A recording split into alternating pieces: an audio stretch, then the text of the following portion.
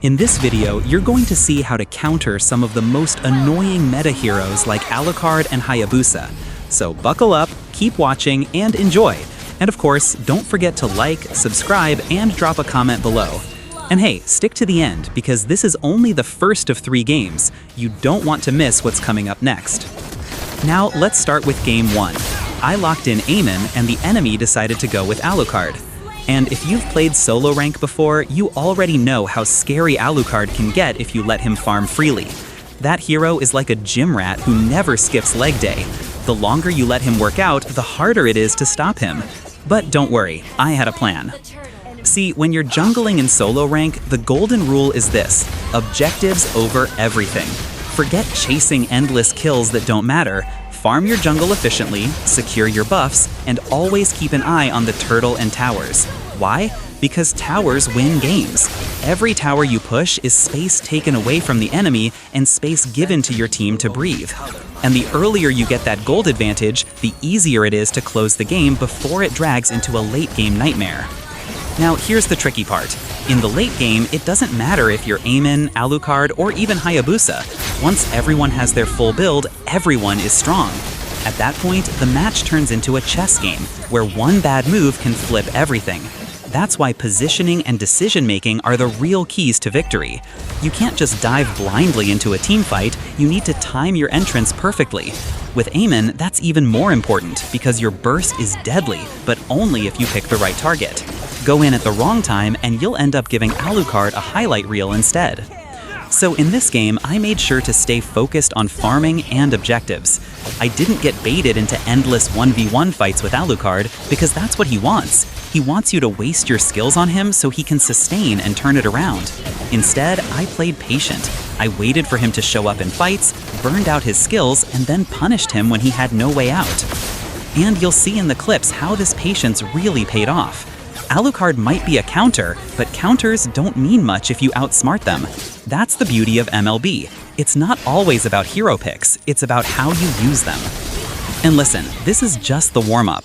This first game shows you how to deal with Alukard, but stick around because later you'll see me deal with Hayabusa, another slippery nightmare for many solo players. Each game has its own lessons, its own chaos, and its own epic plays. So don't go anywhere, because if you really want to rank up in solo queue, these are the kinds of matches you can learn from. Oh, and let me remind you again, like the video, subscribe if you haven't yet, and share in the comments how you deal with these meta heroes. I'd love to hear if you've got some secret tech for Alucard, or if you're just like, nah, I ban him every game. Either way, join the conversation. Alright, let's roll into the highlights of this first match. Watch closely, because the decisions, rotations, and objectives here are exactly what you need to climb in solo rank, even when the system feels against you. And trust me, the next 2 games, they get even crazier.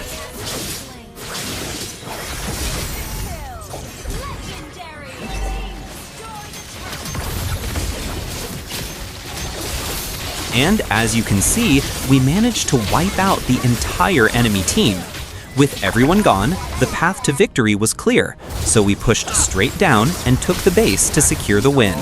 A clean finish to a tough fight, and that's exactly how you close out a game in style. In the second game, I played Popol and Koopa, my main hero and the one that carried me all the way to Mythical and Mortal as a solo rank player. Now, let me tell you something. Popol and Koopa are one of the most underrated heroes in MLBB. Most players don't even think about picking him, but the truth is, he's a beast. He can push towers faster than most marksmen, he can secure objectives safely, and if your teammates have even a little bit of game sense, he shines even more. And let's talk about counters, because a lot of you guys struggle with Hayabusa, right? Well, Popol and Koopa are actually a solid counter. Why? Because when Hayabusa uses his ultimate, instead of taking all the damage yourself, you can share it with Koopa. And if you activate your second skill at the right time, you get that shield to survive even longer. That alone tilts Hayabusa players so hard. They think they're about to delete you, but instead they end up wasting their ultimate. Now, the beauty of Popol and Koopa is not just damage, it's his flexibility. He can zone enemies, he can control the map with his traps, and most importantly, he's an absolute objective machine. As you'll see in this game, I focused on towers, I secured turtles, and I always made sure we had vision. Because as a solo player, objectives are your best friend. You can't always rely on your public teammates to win team fights, but you can rely on towers and turtles to give you an advantage. But here's the key part. Sometimes you've got to be smart enough to let go. If you see your team running into a losing fight around Turtle or Lord, don't throw yourself in just because you feel guilty. That's how you throw games. Instead, use that time to push towers, take gold from the map, and keep your team in the game. Popol and Koopa are perfect for that because they melt towers so quickly. That's how you carry without even fighting. And as you can see, the enemy just couldn't handle it. They surrendered early because we completely dominated the early game. That's what happens when you take control right from the start. In the third game, I locked in Eamon again, and the enemy went with Alukard. And let me tell you right now, this match wasn't your usual 10-15 minute game. No, this one turned into a full-on marathon, almost 30 minutes long. At that point, it wasn't just a game anymore. It was basically a test of patience, focus, and maybe even mental health.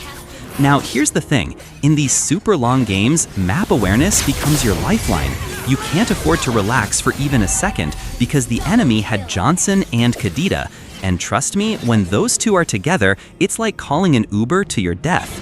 One moment you're farming peacefully, the next second a car literally crashes into your face with a Kadita ultimate waiting inside. So you have to constantly keep your eyes on the minimap, predict where the rotation is coming from, and always position yourself smartly. Since the game was so balanced, it really boiled down to positioning and decision-making. You can't just dive in randomly and hope for the best. Every flicker, every ultimate, every little move can decide who wins and who loses. And let's not forget, these weren't casual players I was up against. This was Mythical Immortal and Glory rank. These players don't forgive mistakes. You mess up once, they punish you hard. Now, what made this game even tougher is that the enemy lineup was designed to punish solo plays. Alukard gets stronger the longer the game goes, Johnson and Kadita create chaos, and they also had a solid marksman who could shred in the late game. So if you're not careful, they'll scale, group up, and make it impossible for you to breathe. So what did I do? I focused on discipline. Instead of chasing highlight kills, I kept reminding myself, objectives win games. Take the turtle early, secure the Lord when possible, and if we couldn't contest safely, then at least trade towers. I can't stress this enough. In long games, tower pressure is your best friend. If you let the enemy control all the lanes, they will suffocate you. But if you keep pushing waves, they're forced to split, and that gives you space to farm and recover. And here's something really important for solo players: patience. You have to wait for the enemy to slip up, and trust me, they will slip up eventually. Maybe Johnson misses his ultimate, maybe Kadita dives too deep, maybe Alukard gets greedy for a kill. And when that happens, that's your golden moment. Don't force the fight, let the fight come to you. Another thing I want to point out, in games like this, communication with random teammates isn't always reliable. Sometimes they dive when they shouldn't, sometimes they chase kills and forget objectives. That's solo queue life, right? But instead of tilting, you've got to play around it. If they die, focus on defending. If they're too scared, take the initiative and push. You can't control how they play, but you can always control your own decisions. Now imagine this, we're almost 25 minutes in, both sides are full build, gold gap is completely gone. At that point, one team fight decides everything. This is where Eamon shines if you play smart. I used the bushes, I used the fog of war, and I waited for the backline opening. Because in late game, if you can snipe the marksman or the mage first, the fight instantly flips in your favor. That's the beauty of Eamon. He doesn't just deal damage, he creates chaos.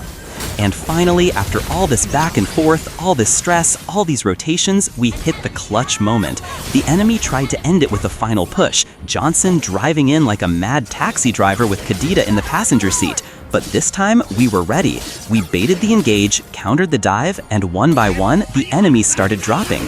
The momentum flipped completely. We wiped them out, secured the Lord, and marched straight into their base for the win. So yeah, that's how the game went. 30 minutes of pure stress, but also pure fun. That's the beauty of Mobile Legends at high rank. It's unpredictable, it's messy, but if you stay disciplined and play smart, you can pull off insane comebacks. And hey, don't go anywhere yet. That was just the third game. There's more action coming, more tips, and more chaos to break down. So stick to the end, hit that like button, subscribe if you haven't already, and drop your own solo rank struggles in the comments. I know we've all been through these kinds of games, so let's laugh about it together. But here's the trick. Don't fight Kadita head-on. Wait until she uses her first combo on someone else. Then, as Eamon, you slide in and delete her before she can escape. That's called patience. You're not always the opener. Sometimes you're the closer, and closers win games. Oh, and one more thing. Never forget the importance of waves in long games. I know teamfights are exciting, but if you let the minions crash into your base, you're just asking for trouble. Even in this game, there were moments where we could have lost everything just because a wave was pushing. But by clearing lanes, you delay the enemy's win condition. And delay is your best friend when you're looking for that one epic comeback moment. Finally, let's talk about mindset. At 20 minutes in, some players give up. They type GG in chat, they stop playing seriously, they lose hope. But that's not you. That's not us. We're solo players. We grind through the pain. You never know when the enemy is going to throw the game. Maybe Alukard gets greedy and dives the fountain. Maybe their marksman gets caught without Purify. Maybe Johnson ults into a wall. Trust me, it happens more than you think. If you stay focused, you can turn any situation into a win. So yeah, this game was tough, but it was also a perfect example of how to survive, adapt, and eventually flip the script. That's why I always tell you guys, don't leave these videos early.